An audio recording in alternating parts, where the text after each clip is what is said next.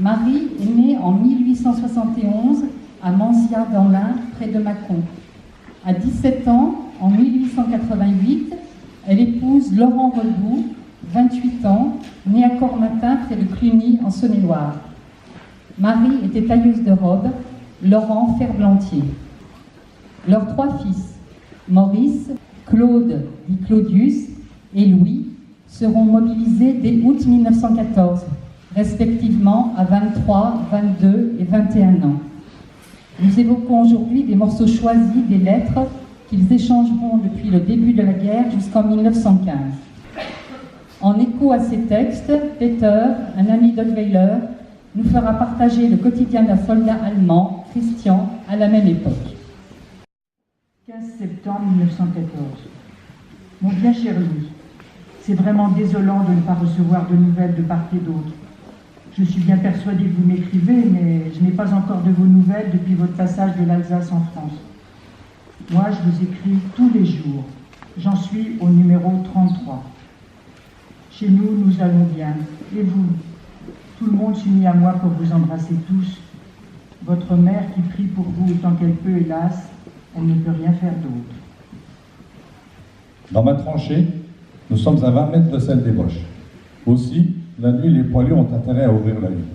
Les Boches viennent facilement jusqu'à nous en rampant, jusqu'au bord de la tranchée, et nous fusillent à bout portant. Oh, maudite soit cette guerre et maudits soient les auteurs qui font couler tant de sang et répandent tant de larmes. Au revoir, mon cher Louis, reçois les tendres baisers de ta mère, éplorée et résignée. On a perdu, on peut dire, en entier un bataillon. Sur 1000 hommes, jusqu'à présent, seulement 150 sont rentrés. Où sont les autres? On en est sans nouvelles. Un bataillon avec le nôtre a été encerclé par l'ennemi.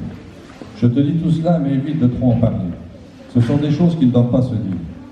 Peut-être qu'ils arriveront en partie à se dégager, mais ce devrait être dur. Car depuis 2 jours, ils ne sont pas ravitaillés, ni nourriture, ni en munitions. Mon bien cher Louis, Noël aujourd'hui, Noël. Je vous vois encore enfant confectionnant devant nous la crèche familiale. Nous étions heureux alors.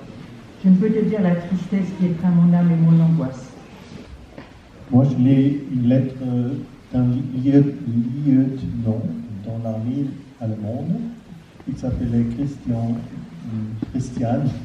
Bordeschin. Il était le fils d'horticulture allemand, domicilé à Brême.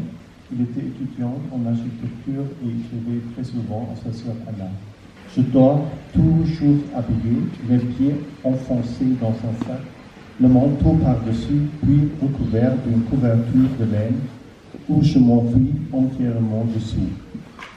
Pour nous, s'asseoir, nous avons au mieux une caisse, mais le plus souvent rien du tout. Nous nous asseyons par terre sur la paille.